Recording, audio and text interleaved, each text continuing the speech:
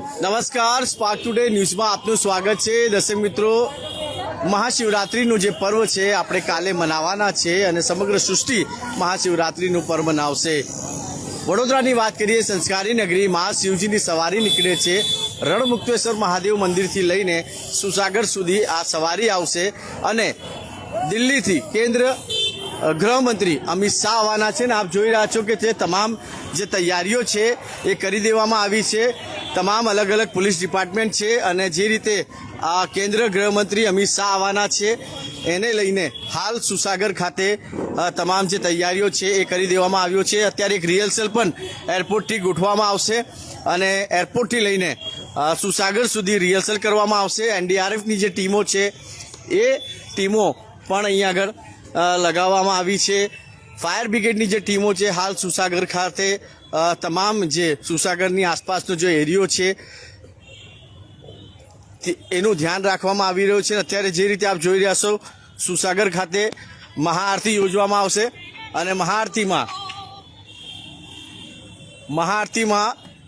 હજારોની સંખ્યામાં સુસાગર ખાતે મહાઆરતી યોજવામાં આવશે. અને જે રીતે આપ જોઈ રહ્યા છો કે જે તૈયારીઓ હાલ ચાલી રહી છે સુસાગર ખાતે, તમામ જે પોલીસ ડિપાર્ટમેન્ટ છે એમની તરફથી તૈયારીઓ કરી દેવામાં આવી છે. એનડીઆરએફની ટીમો છે, ફાયર બ્રિગેડની ટીમો છે. વડોદરા શહેરના પોલીસ કમિશનર નરસિંહ કુમાર સાહેબે કીધું છે કે કોઈ પણ પ્રકારનું કોઈ બનાવ ના બને એના માટે તમામ જે તકેદારી છે એ વડોદરા પોલીસ કમિશનર દ્વારા રાખવામાં આવી રહી છે. ડ્રોનથી પણ નજર રાખવામાં આવશે. તમામ જે સુસાગર ખાતે આ સુંદર નજારો આપને જોવા મળશે.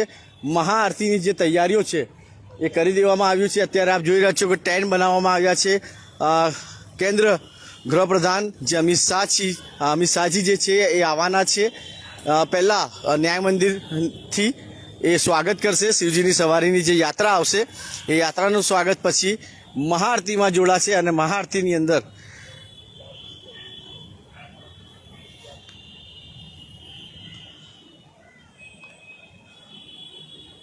આપણી સાથે મયંક પટેલ છે, એમની સાથે પણ વાત કરીશું કેમ કે એ પણ શિવજીની સવારી અને શિવ પરિવાર સાથે જોડાયેલા છે. પટેલ સાહેબ, શું કહેશો, જે રીતે અમિત શાહ આવવાના છે અને તમામ અત્યારે રિહર્સલ પણ કરવામાં આવી રહી છે, પોલીસ દ્વારા પણ તમામ જગ્યાઓ પર હાલ ચેકિંગ કરવામાં આવી રહી છે? જે રીતે વર્ષોથી પરંપરાગત રીતે શિવજી કી સવારી દરેક મહાશિવરાત્રિના પર્વના દિવસે નીકળતી હોય છે. આ વર્ષે પણ 15 તારીખના રોજ રવિવારે બપોરે 3:30 કલાકથી શિવજી કી સવારીનું પ્રારંભ કરવામાં આવનાર છે. સાંજે 7:15 કલાકે નિત્ય પરંપરા મુજબ અહીંયા આરતીનું આયોજન છે, મહાઆરતીનું. અને આ આરતીમાં ખાસ કરીને ભારત દેશના કેન્દ્રીય ગૃહ અને સહકારિતા મંત્રી અને ગુજરાતના પનોતા પુત્ર એવા અમિતભાઈ શાહ ખાસ વિશેષ ઉપસ્થિતિ રહેવાની છે.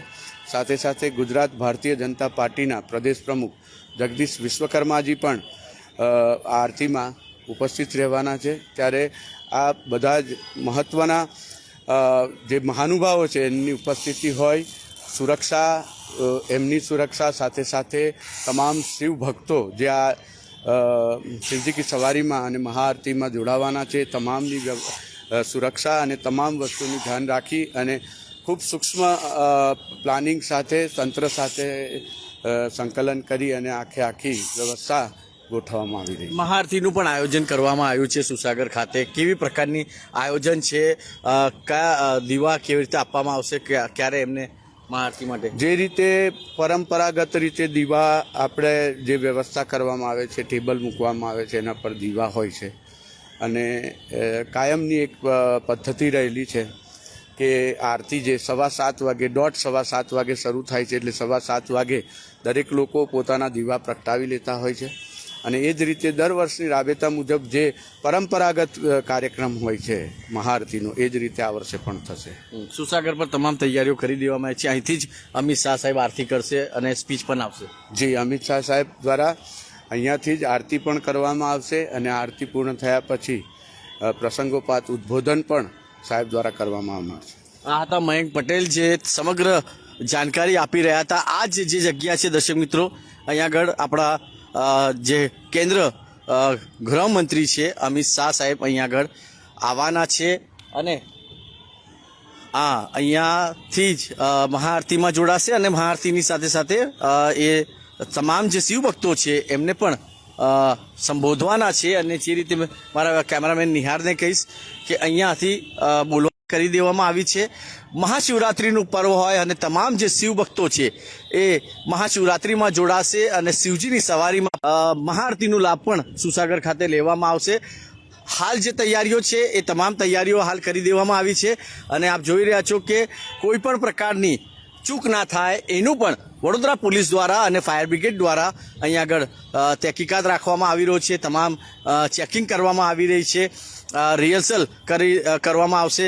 કાલે જે રોડ છે એ બધા બંધ કરી દેવામાં આવશે અને વડોદરા પોલીસ કમિશનર દ્વારા આમ તો કહેવામાં આવ્યું છે કે જે રીતે ગૃહમંત્રી અમિત શાહ સાહેબ આવવાના છે એને લઈને પણ તમામ તૈયારીઓ હાલ કરી દેવામાં આવી છે.